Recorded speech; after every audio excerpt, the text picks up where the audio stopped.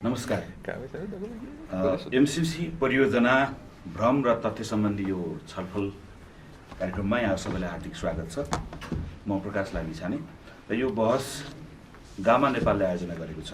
Gamma Nepal खास गरी policy research, रणनीति र अभियान डिजाइनमा काम गर्छ। एमसीसी नेपाल सम्झौता, अङ्ग्रेजीमा यसलाई चाहिँ कम्प्याक्ट भनिएको यो अनुदान सम्झौता नेपाल सरकार र एमसीसी बीच 2074 साल भदौ 29 गते हस्ताक्षर भएको र 50 करोड अमेरिकी डलर बराबरको यो 5 वर्षीय अनुदान सम्झौता बजारमा डलरको भाउ अनुसारको बढ्दै जाने क्रममा 63 करोड अमेरिकी डलर बराबरको रहने र यसमा नेपाल सरकारले 13 करोड अमेरिकी डलर बराबर थप लगानी आफूले गर्ने भनिएको छ। लामो रस्साकसीपछि यसै साता यो परियोजना संसदमा टेबल पनि गरिएको छ। दलहरू एमसीसीलाई लिएर विभाजित भएका छन्। केही नागरिकहरू सडकमा पनि उत्रिएका छन् एकातिर भने, अर्कोतिर एमसीसीको स्वागतमा पनि विभिन्न गतिविधिहरू भइरहेका छन्।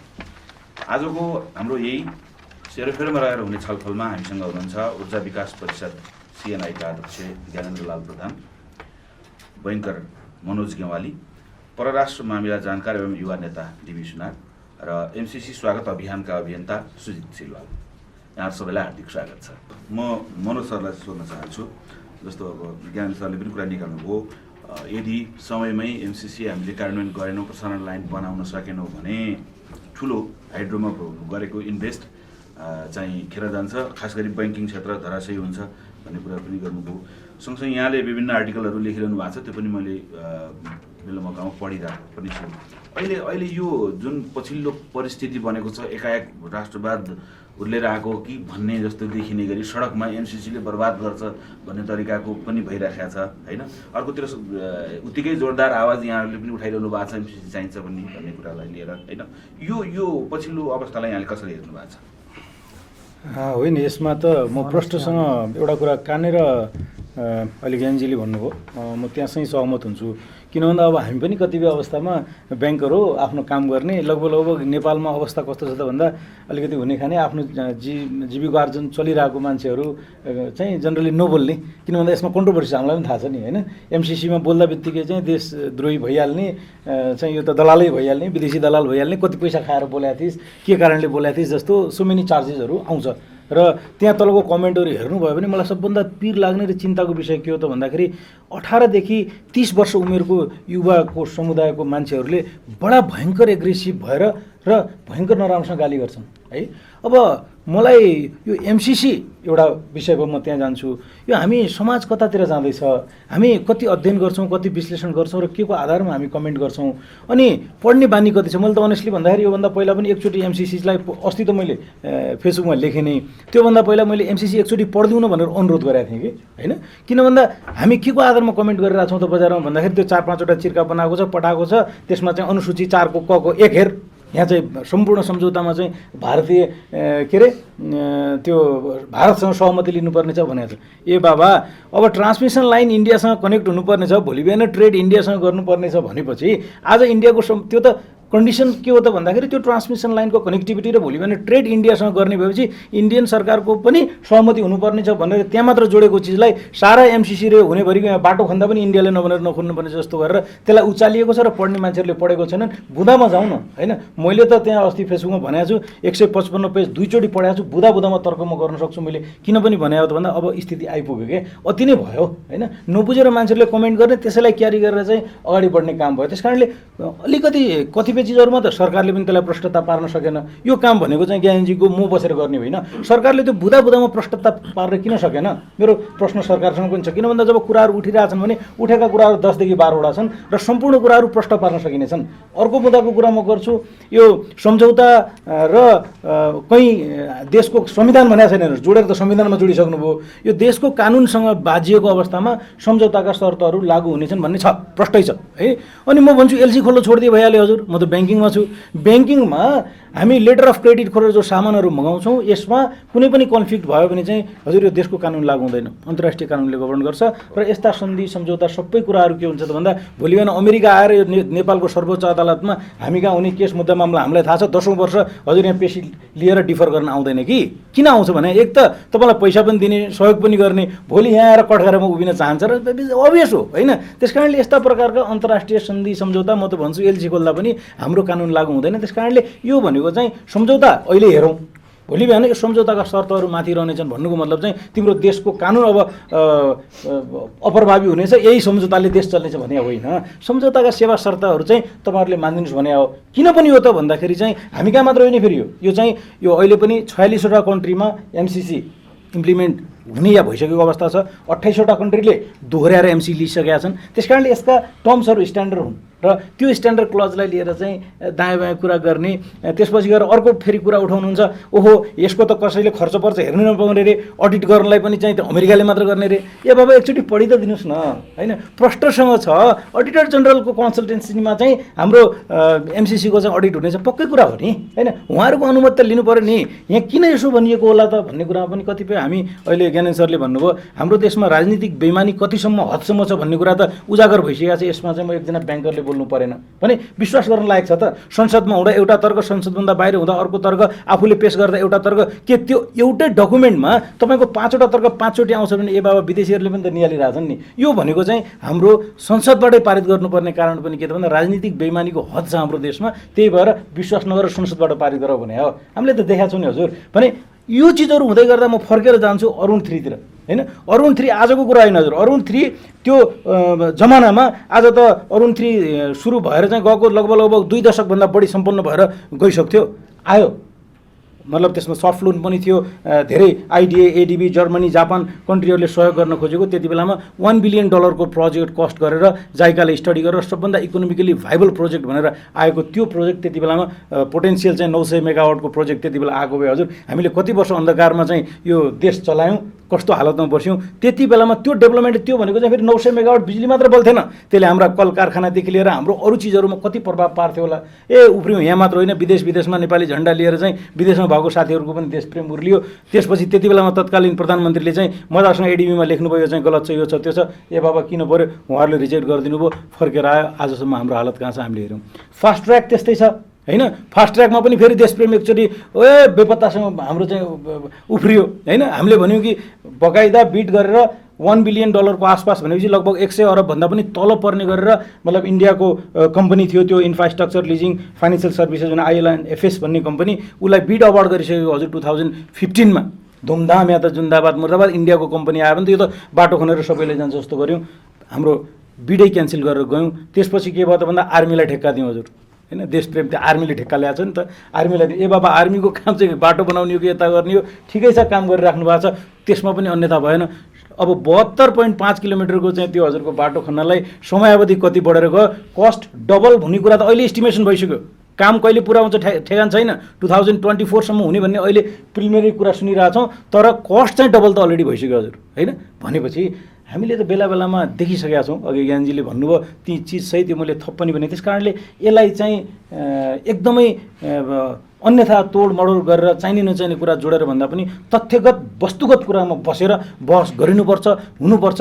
र लागेका कुराहरूमा कहाँ हो त के हो त भन्दाखेरि तथ्य अगाडि छ नि त, डकुमेन्ट छ हजुर। कतिवटा चाहिँ एग्रिमेन्टहरूको डकुमेन्टहरू वेबसाइटमा छ त, बकाइदा एमसिए नेपालले त उहिलेबाट डकुमेन्ट हालेको छ, पब्लिक कन्जम्सनको लागि एभाइलेबल छ, खोलेर हेरौँ, त्यसमा बसेर त्यसको बुँदामा कुरा गरौँ। अनि सँगसँगै अन्तर्राष्ट्रिय अभ्यासहरूलाई पनि हेरौँ, अलिकति बुझेर ठुलो सोच लिएर जाउँ। र यसले म ब्याङ्किङ सेक्टरमा कुराकानी के त भन्दाखेरि म यहाँ ज्ञानजीले भनेको कुरामा एड गर्न चाहन्छु। यो चाहिँ 60 अरब रुपियाँको मात्र ठुलो कुरो होइन, पक्कै पनि होइन। 60 अरब रुपियाँ त उस्तै पऱ्यो भने यही वर्षको क्यापिटल बजेटै फ्रिज हुनेवाला छ, छोडिदिउँ, केही पनि फरक पर्दैन। देशमा हाम्रो अवस्था पहिला बुझ्नु पऱ्यो। हामी चाहिँ मागेर खाने हो र हामी चाहिँ मागेर खाने, मागेर कसको देश बनाएको छ, मागेर खाने हो हामी, ए बाबा मागेर नखाऊ कि होइन।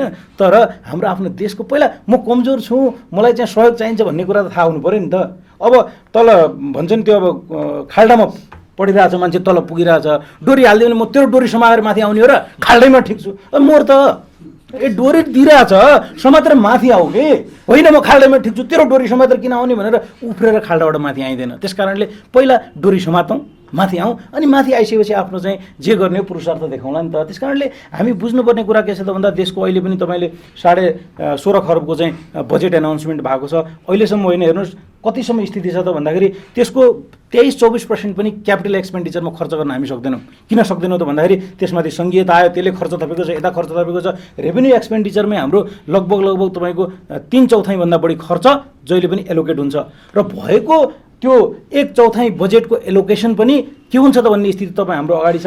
यो देशको पर्चेजको कानुन, अर्को कानुन, यो कानुन, यता एलोकेसन अरू कन्ट्रीहरूभन्दा त अझ भन्छु कि वास्तवमा हाम्रो निड भएको ठाउँमा आइरहेको छ। कहाँ आयो भन्दाखेरि हेर्नुहोस् नेपालमा हामी के भन्छौँ, जतिसुकै फुर्ती लगाए पनि 3टा चिज भन्छौँ, कृषि, पर्यटन र ऊर्जा। 3टा क्षेत्रमा पोटेन्सियल चाहिँ भन्छौँ।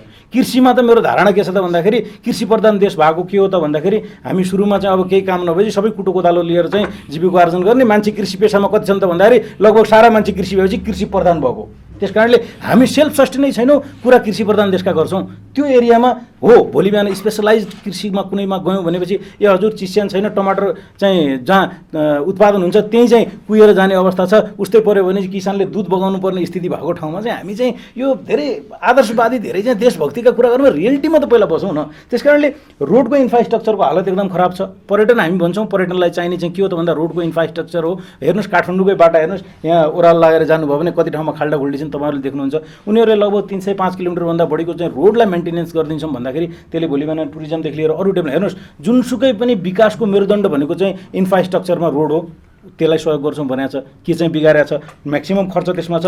तपाईँ त्यहाँ हेर्नुभयो भने लगभग 52 मिलियन डलरभन्दा बढी त्यसैमा खर्च छ। त्यसपछि हामी अर्को कुरा गर्छौँ, ज्ञानेन्द्र सर यहाँ हुनुहुन्छ, उहाँले पछि भन्नु होला, हामी 83,000 मेगावाटभन्दा बढी चाहिँ यो जलस्रोतमा चाहिँ हाम्रो हाइड्रो पावरको चाहिँ सम्भावना भएको देश, त्यसमाथि पनि 40,000 मेगावाटभन्दा बढी चाहिँ इकोनोमिकली भाइबल प्रोजेक्टहरू भएको देश भन्छौँ। तर अँध्यारोमा बसिरहेको छौँ, यसो अलिकति एरेन्जमेन्ट गरेर चाहिँ बिजुली बाल्दा बित्तिकै कुलमानजीका जय जय गरेर बस्नु परेको कन्ट्रीमा त्यो पोटेन्सियल अनलेस गर्न एउटा बाटो भयो भनेपछि। र अर्को कुरा कतिपय परियोजनाहरू अहिले पनि उत्पादन भइसक्यो पनि ग्रिड नभएर यो ट्रान्समिसन लाइनको अभावमा चाहिँ जोड्न नसकेर हेर्नुहोस् इन्ट्रेस्ट क्यापिटलाइजेसन हुँदा उस्तै पऱ्यो भने प्रोजेक्टको कस्टभन्दा इन्ट्रेस्ट क्यापिटलाइजेसनको कस्ट बढिसकेका हुन थालिसके भने अब एक लेभलमा हाम्रो चाहिँ क्यापासिटी सकियो भने त भोलि त हामीले त्यो त ट्रेड त गर्नु पऱ्यो नि त। यो पोटेन्सियललाई हामीले बजारबाट त बेच्नु त पऱ्यो नि त। त्यो बेच्नको लागि ट्रान्समिसन लाइनको चाहिँ 300 किलोमिटरभन्दा बढीको ट्रान्समिसन लाइन र तपाईँको 3टा सब स्टेसन पुरा गरेर जान्छौँ भन्ने प्रोजेक्टलाई चाहिँ हामीले डिस्करेज गर्नु भन्नुको मतलब चाहिँ 60 अरब रुपियाँ ठुलो कुरा होइन यसमा पक्कै पनि।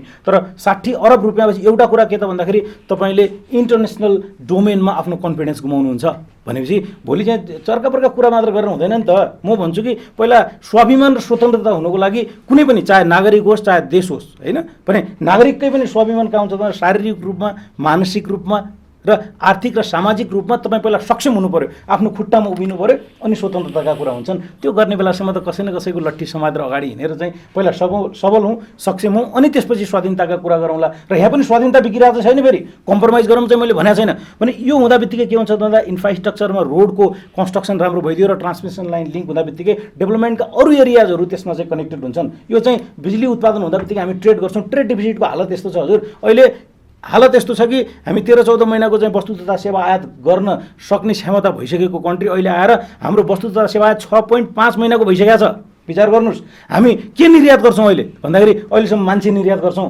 होइन, मान्छे निर्यात गर्छौँ, कहिलेकाहीँ बाकस आयात गर्छौँ, त्यसपछि भएन भने 2-4वटा पैसा आउने हो, त्यसको आधारमा देश चलाइरहेछौँ भने यदि हामीले यो इलेक्ट्रिसिटीलाई डेभलप गरेर भोलि बिहान निर्यात गर्न सक्यौँ भने हाम्रो फरेन एक्सचेन्जको रिजर्भ सरप्लसमा पनि होला। हामी तरलता चाहिँ 50-60 अरब तलमाथि हुँदा बित्तिकै अहिले ब्याङ्कमा तपाईँ आउनुभयो, हामी लोन दिन सक्दैनौँ, हामी चाहिँ तरलताको अभाव छ, चरम अभाव छ। अस्ति मात्र राष्ट्र ब्याङ्कले 2टा सर्कुलर जारी गरेर 47वटा आइटमहरूमा चाहिँ मतलब डिस्करेज गरेर रोक्या छ होइन, तर 100% क्यास जम्मा गरेर तिमी इम्पोर्ट गरेर भन्नुपर्ने स्थिति आएको के हो। यो भनेको त स्टार्ट हो। यो स्थिति हुँदै गयो भने भोलि बिहान हाम्रो 6.5 महिनाको जुन रिजर्भ सरप्लसको सिचुएसन छ त्यो टोटली ड्राई आउट हुन्छ। त्यस कारणले यो भनेको चाहिँ 60 अरब चाहिँ ल एमसिसी फिर्ता लैजा लिन्छ, केही पनि फरक परेन, कन्ट्रीमा लिएको पनि छ। 2-3 कन्ट्रीमा 3टा जति कन्ट्रीमा एमसिसी आफैले त्यो डिस्कन्टिन्युसन गर्यो, श्रीलङ्काले फिर्ता पठायो। तर फिर्ता पठाइसकेपछि के भयो भन्ने पनि त हाम्रो अगाडि छ नि त होइन। र किन पठाइयो त्यो पनि हेर्नुपर्छ फेरि, त्यहाँ पनि पोलिटिकल इन्टेन्ट मात्रै थियो हेर्नुहोस् होइन। त्यस कारणले यो चिज एकातिर मेरो फरेन एक्सचेन्ज रिजर्भ, मेरो भोलि बिहान बिओपीको डेफिसिट र सरप्लस अहिले 880 अरबभन्दा बढीको बिओपीको डेफिसिट छ। कमसेकम ट्रेड भयो भोलि इन्डियामा ग्रिड कनेक्सन भएर हामीले चाहिँ वास्तवमा हाम्रो हाइड्रो पोटेन्सियललाई चाहिँ साँच्चीकै त्यसलाई एक्सपोर्ट गर्न सक्यौँ भने ठुलो पोटेन्सियल पनि अनलेस भएर जान्छ। त्यसपछि टुरिज्म र यो पोटेन्सियललाई गर्न सक्यौँ भने ब्याङ्किङको लागि चाहिँ यो उत्पादन गरेर खेरै जाने अवस्थाको हाइड्रो पावर त भोलि बिहान गयो भने फेरि राष्ट्र ब्याङ्कले भनेको छ कि हाम्रो कर्जाहरूमा 10% कर्जा चाहिँ ऊर्जा क्षेत्रमा लगानी गर्ने भनेको छ। अब यो भोलि उत्पादन त हुने, अहिले अब अस्ति पनि एनए पिपिए गर्दाखेरि चाहिँ टेक एन्ड पे गर्ने कि टेक ओभर पे गर्ने भन्ने कुरामा कन्फ्युजन हुँदा बित्तिकै हामी ब्याङ्करहरू प्रष्ट कुरा गर्छु म, हामी चाहिँ टेक ओभर पे भयो भने टेक एन्ड पेमा चाहिँ हामी फाइनेन्सिङ गर्ने कि नगर्ने भन्ने कुरामा हामी पुगिसकेका छौँ। किन पुगेका छौँ त भन्दा भोलि बिहान चाहिँ यो एक्स्ट्रा जेनेरेसन भयो भने त वास्तवमा एनएले लिन्न भनिदियो भने त तपाईँले कसरी रिपेमेन्ट गर्न सक्नुहुन्छ, अरबौँ रुपियाँको कारोबारको कुरा हुन्छ भन्ने हिसाब किताबले हामी रिलक्टेन्ट भइसकेको अवस्था छ भने यो त पोटेन्सियल हो, यसलाई क्यापिटलाइज गर्नुपर्छ। र कुनै बुदामा त्यस्तो लाग्छ भनेपछि बुदामा बसेर मजासँग त्यसमा फोकस भएर कुरा गऱ्यौँ भने चाहिँ कहीँ पुग्छौँ। त्यस कारणले म त भन्छु जतिवटा बुदाहरू उठेका छन् र जतिवटा बुदाहरू मलाई जानकारी भएको छ, अलिकति अल्प ज्ञान, अर्ध ज्ञान, त्यसपछि गएर डिस्टोर्टेड माइन्डसेटले त्यसलाई डाइभर्जन गरिएको छ। र अलिकति यो युवा मान्छेहरू के भने हामी अहिले के भने गाली गरिदिएपछि हिरो हुने, अहिले केही गर्न पर्दैन, नेता चोर भनिदिएपछि हिरो चोर भन्यो नि त नेतालाई होइन। ए देश खत्तम, राष्ट्रवाद, राष्ट्र नारा लाउँदा बित्तिकै अनि हिरो हुने स्थिति भयो हुनाले कतिपय मान्छेलाई हिरो बन्ने इच्छा आकाङ्क्षा पनि छ। र यसले चाहिँ अब हामीले किन बोल्नु पऱ्यो त भन्दा यसले दुर्गामी असर नपरोस्, कमसेकम आफ्नो जागिर आफ्नो चाहिँ पेसा एक ठाउँमा होला, तर त्योभन्दा पहिला देशको एक सचेत नागरिकको भूमिकामा हामी रहनुपर्छ र भएको कुराहरू चाहिँ बोल्नुपर्छ, प्रष्टता राख्नुपर्छ, सो द्याट कमसेकम हामीले गरेका कुराले 4-5वटा ठाउँहरूबाट गयो भने मान्छेहरू तथ्य बुझोस्, यसमा चाहिँ डिस्टोर्ट गर्न खोजेको होइन तर तथ्यमा बस्नुपर्छ भन्न चाहे मैले। मनोज सरलाई सोध्छु, जस्तो धेरै अहिले नागरिक स्तरमा अर्को भ्रम कसरी फैलिएको छ भने यति धेरै पूर्व शर्त छन् कि एमसिसीमा, यत्रा धेरै पूर्व शर्त किन चाहियो, अझ हाम्रो संविधानभन्दा नि माथि छ रे होइन, अझ संसदबाटै पनि अनुमोदन गर्नुपर्ने, किन यहाँभन्दा अगाडि केही चिजलाई संसदबाट अनुमोदन गर्नु परेन, यसलाई चाहिँ संसदबाट अनुमोदन गर्नुपर्ने रे। यो कति भ्रम हो, कति तथ्य हो? यसमा चाहिँ अब अनेस्टली सुरुमा यो अलिकति पढ्नुभन्दा पहिला चाहिँ कतिपय अवस्थामा मलाई पनि यो भारत सरकारको पनि सहमति लिनुपर्ने भनेपछि मेरो पनि कन्सिरी तातेकै हो है।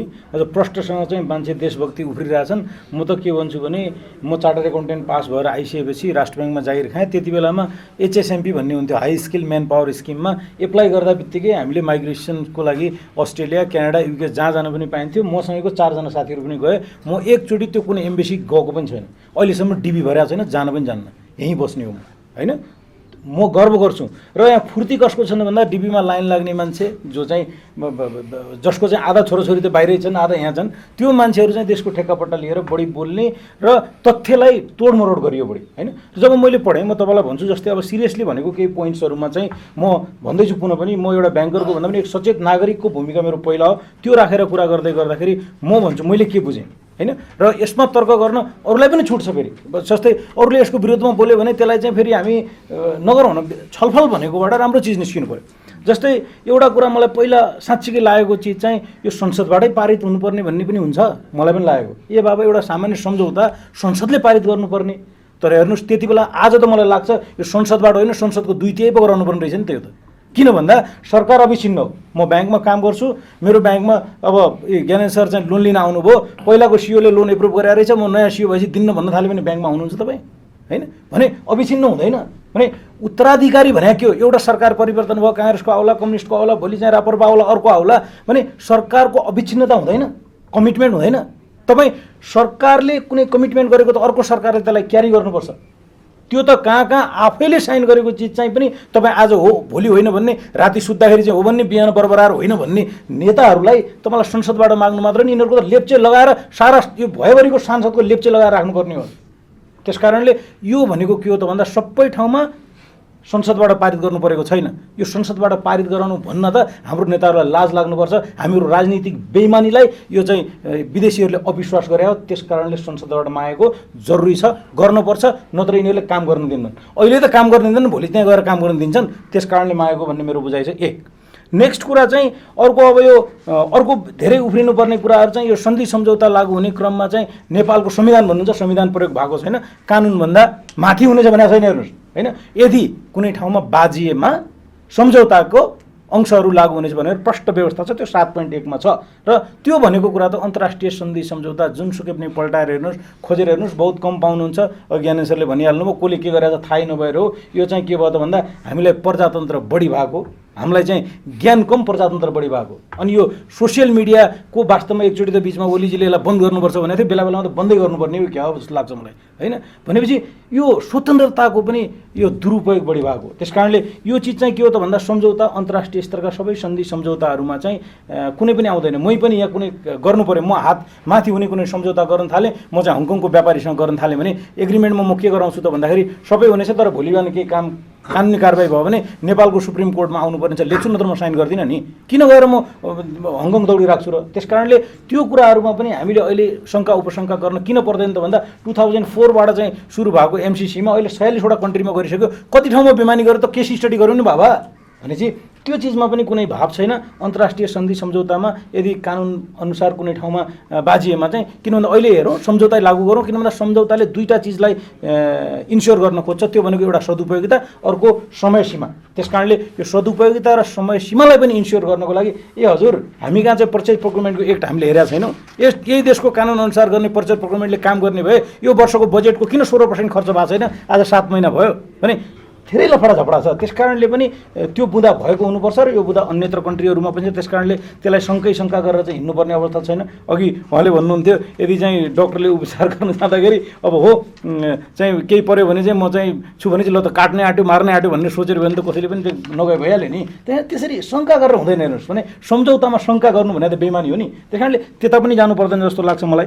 अब भारतको सहमति लिनुपर्ने कुरामा ज्ञानजीले पनि अघि भनिहाल्नु, मैले भनिहालेँ, किन भन्दा जुन ट्रेड रिलेसनसिपै भारतसँग गर्नुपर्ने छ उसको भूमिमा भोलि चाहिँ ट्रान्समिसन लाइन जोड्नुपर्ने छ भने, तर के भने त्यो अनुसूची 4 का चाहिँ यो ट्रान्समिसन लाइनको लागि मात्रै हो भनेर अझ त्यसलाई क्लेरिफाई गरिदिएको भए म चाहिँ खुसी हुन्थेँ हेर्नुहोस् प्रष्ट कुरो होइन। त्यहाँ चाहिँ नभए हुनाले कतै सम्पूर्ण चिज हो कि भन्ने कुरा भन्यो भने हो कि जस्तो धुँधलो देखिन्छ, तर त्यो होइन।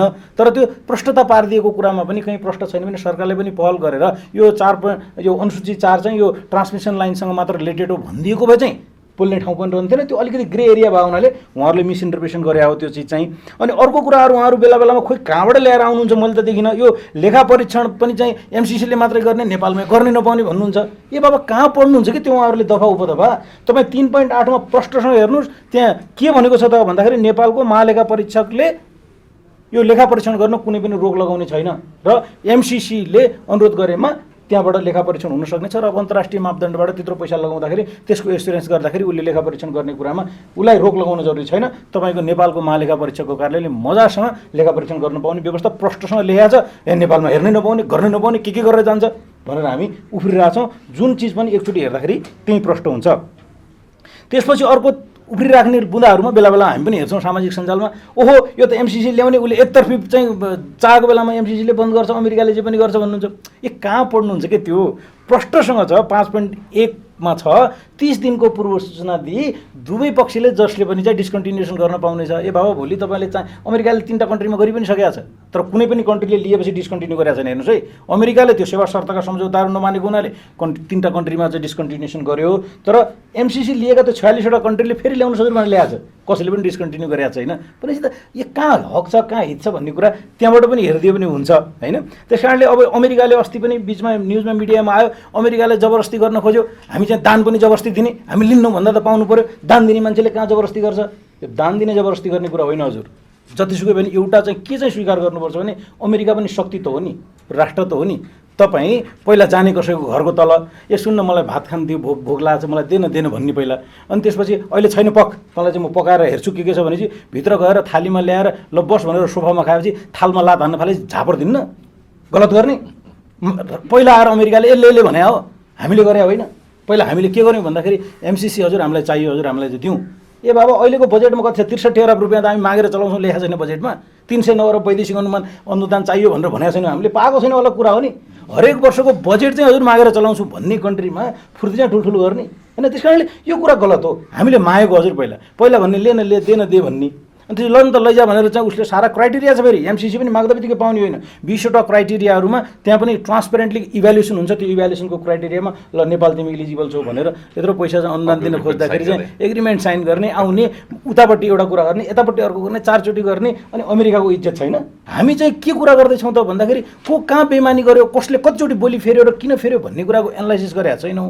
अनि यो आधा अधुरो डकुमेन्ट पढेर नपढेर कहीँ चाहिँ त्यो फेसबुकमा सेयर गरेको आधारमा ओपिनियन बनाएर गर्दाखेरि चाहिँ यो चाहिँ न्याय हुँदैन। र यसको चाहिँ के त भन्दाखेरि यसको पक्षमा बोल्दा बित्तिकै देशद्रोही राष्ट्रद्रोही भइहाल्नुपर्ने कुराले बोल्न रोक्नु हुँदैन। त्यस कारणले तथ्य बुझेको, तथ्य जानेको र हिक्मत भएको मान्छेले चाहिँ यसलाई सहयोग र समर्थन यस कारण पनि गर्नुपर्छ कि यो देशको हितमा छ। मैले त अहितमा हुने कुराहरू कहीँ कुनै बुँदामा देखिनँ। एउटा कुरा चाहिँ अब अलिकति लाग्ने कुरा हो, तर उहाँले अघि प्रश्न पारिहाल्नु भयो। यस एउटा बुँदा चाहिँ छ कि ए होइन त्यो अमेरिका मान्छेहरू आउँछन् र तिनीहरूले त हाम्रो यहाँ चेलीहरूलाई बलात्कार गरे पनि केही हुँदैन, देशको कानुन नलाग्ने भए त जे गरेर पनि जाने भयो भन्ने कुरा गर्दाखेरि म पनि चस्सक्क भएको थिएँ। मैले पनि बुँदा हेरेको छु। त्यो हुँदाखेरि मलाई पनि चस्सक्क लाग्नु स्वाभाविकै हो। र तर कुरा के हो त भन्दाखेरि इन्टरनेसनल डेभलपमेन्टको हिसाबमा आउने मान्छे 46वटा कन्ट्रीमा हेरौँ त कति ठाउँमा बलात्कार गरेर भागेर कानुनले चाहिँ समात्न सकेन भने हामी यो बाबा बलात्कार गर्न त अब नेपाल आउनुपर्छ भने यो साला कन्ट्री ओपन छ यार, आउनुपर्छ भने हामी आफूलाई के सोध्छौँ कि होइन। त्यस कारणले यो चिजहरूमा के भयो त भन्दाखेरि तथ्यलाई बिल्कुलै मरोडेर आफ्नो अनुकूलको या आफ्नो प्रतिकूल कता कता पार्ने हो। त्यो हिसाब किताबले चाहिँ मान्छेको कतै मानमर्दन गर्नुपर्ने हो कि कसै चाहिँ पोलिटिकल इन्ट्रेस्टलाई फिलअप गर्नुपर्ने हो कि भोट बचाउनु पर्ने हो कि अझ जो यसको विरुद्धमा लागिरहेछन् उनीहरूलाई त अनेस्टली भन्दाखेरि चाहिँ कस्तो त भन्दाखेरि यो धोती फुस्केको छ, बचाउँदा के फुस्किरहेको छ उहाँहरूलाई पनि थाहा छैन।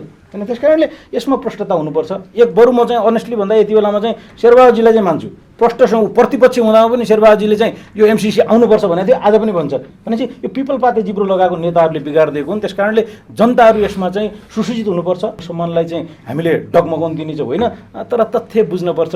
यो भुइँको पछि लाएर जथाभावी जे भन्यो त्यसरी चाहिँ लागेर गयौँ भने हामीले देशलाई त हित गर्दैनौँ, आफूलाई पनि हित गर्दैनौँ। म पनि भन्छु, मलाई पनि मैले अस्ति अलिकति पक्षमा लेख्दाखेरि 2-4जना साथीहरू मलाई राम्रै मान्ने साथीहरूले पनि तपाईँहरूलाई त किन चाहियो त, विदेशी दलाली गरे भइहाल्यो नि, टन्न तलब खानुहुन्छ, टन्न तलब खाने मान्छेले त गरे भइहाल्यो नि, तपाईँहरू त दलाली गर्नुहुन्छ।